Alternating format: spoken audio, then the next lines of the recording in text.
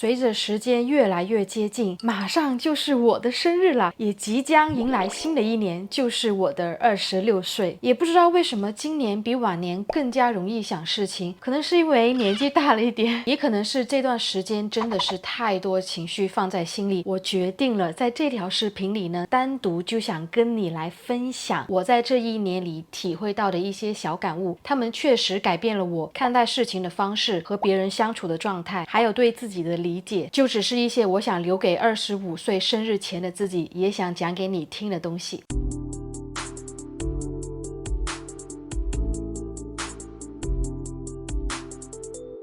现在每天刷手机的时间可能比吃饭睡觉还要多，你从早上醒来开始滑，一直到晚上躺在床上还在滑手机，越滑越上头，越看越 emo。 我不知道你是不是和我有一样的感觉，看了一整天的手机后呢，脑袋依旧空空，2分钟前刚看过的内容再也回想不起来。我们变得越来越会接受别人的情绪，也越来越不会讲出自己的感受。我以前在心情糟糕大晚上 emo 的时候，想着刷个手机，原本想让自己心情放轻松，没想到啊，越看越烦躁，越看越焦虑。我其实一直都有听说写日记是能帮忙疏解情绪，直到我在今年4月份的时候呢，尝试了不同国家的青旅。那段时间的我呢，很想要把自己所看到的、所感受到的、所经历到的事情通通写下来。当我开始这个过程之后呢，我才意识到写日记啊，哪怕是胡写，也是一种很有力的表达方式。我不需要写得有多完美，甚至都不用管语句通不通顺，语法对不对，就是把心里所想的全部摊在纸上。还会写一些超级无厘头的内容，比如我写了下雨天打不到车，在飞机上遇到的空姐的态度非常的好，还有体验到了一家非常差的洗浴中心。写了这么多之后呢，我就会发现其实日常中有太多的情绪是被压着，想说的心里话吧，又找不到可以倾诉的朋友，写出来之后就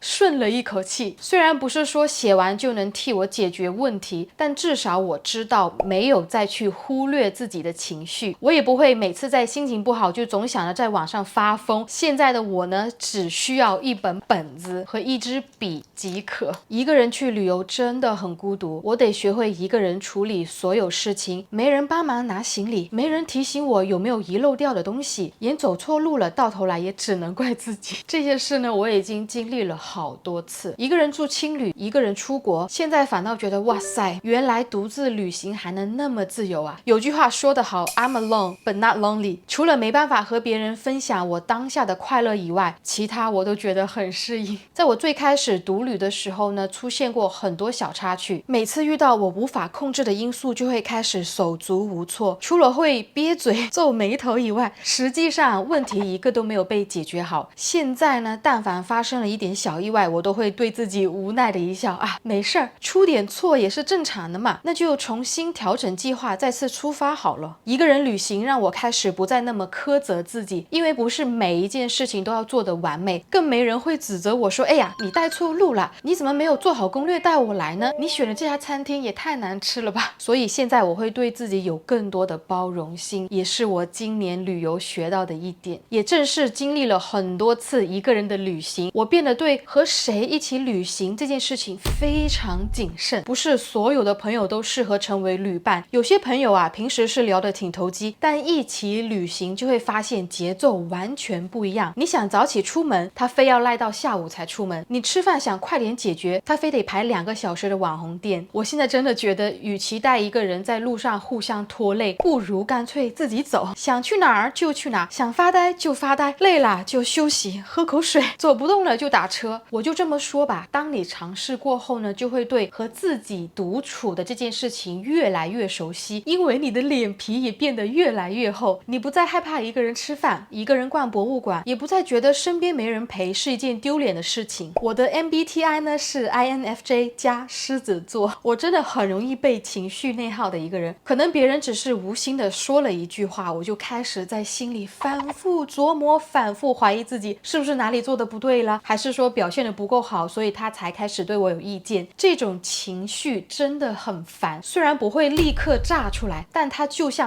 黑洞一样把我所有的情绪都吸空。而且我还有个坏毛病，就是会过度解读别人说的话，会自动脑补出一大堆有的没的乱七八糟的东西，但其实根本就不是那回事。那今年呢，也是我对友情认知改变重大的一年。起因呢是几个月前和朋友发生了一些小矛盾，虽然只是一件小事情，可这根刺在我心里永远拔不掉。仅仅因为认识了10年的朋友对我说了一句话，就是我害怕对你的认知有所错乱。当时看到这条信息之后，我的心扑通的一下就掉了下来。自从那次之后呢，我现在变得很清醒的一件事情就是，我不想再去当那个永远在修补关系的人。你跟我聊得来，那我们就继续保持关系；你开始对我冷淡，那我们就各走各的，也不勉强。我也开始提醒自己，不要对每一段关系抱有太高的期望，因为期待越多，失望也就越多。如果有朋友让我不开心，让我产生内耗的情绪，那么我们可以不用继续做朋友了。为什么现在越来越多人开始不谈恋爱、不结婚？因为结婚已经不是唯一的标准，找到一个能让你忍受一辈子生活的人是很难得的。我以前呢是很容易陷入一段关系，尤其是当对方给了我一点点的关心和回应之后呢，我就恨不得把所有的东西都展现出来。那种感觉就像是终于找到了一个很懂你的人，然后你就想拼命抓住、讨好和维持，只要能让关系维持下去，什么都愿意忍让。最可怕的是，这种状态不只是出现在爱情里，对于友情也是一样。我会不自觉的去迎合对方的需求，这种关系到最后呢会变得失衡。前段时间呢，我正好读到《戒掉恋爱脑》这本书，里面提到呢，情感依赖者为了被认可和肯定，是会不惜一切代价去取悦对方，却忽略了自己的感受与需求。只要对方情绪不好，我就觉得是我没做对；只要关系开始疏远，我就开始想怎么努力去让它变回原来的样子。现在回过头看，会觉得以前的我太着急寻找归属感了，好像只要有人说我喜欢你，我就能安心一点。可实际上，我只是把自己未处理的情绪强行塞进了一段感情里，希望对方来拯救我，这是大错特错的。现在的我呢，会相信一个人的时候也可以很完整，另外一个人的出现一定是要在我已经足够变得清醒，内核足够稳定之后才会选择开始。我发现自己对边界感这件事情越来越在意了，以前可能不觉得这是个多大的事情，总觉得人和人之间嘛就要亲近一点。现在的我呢，就清楚地意识到，边界感不是疏远，而是一种必要的自我保护。我是那种特别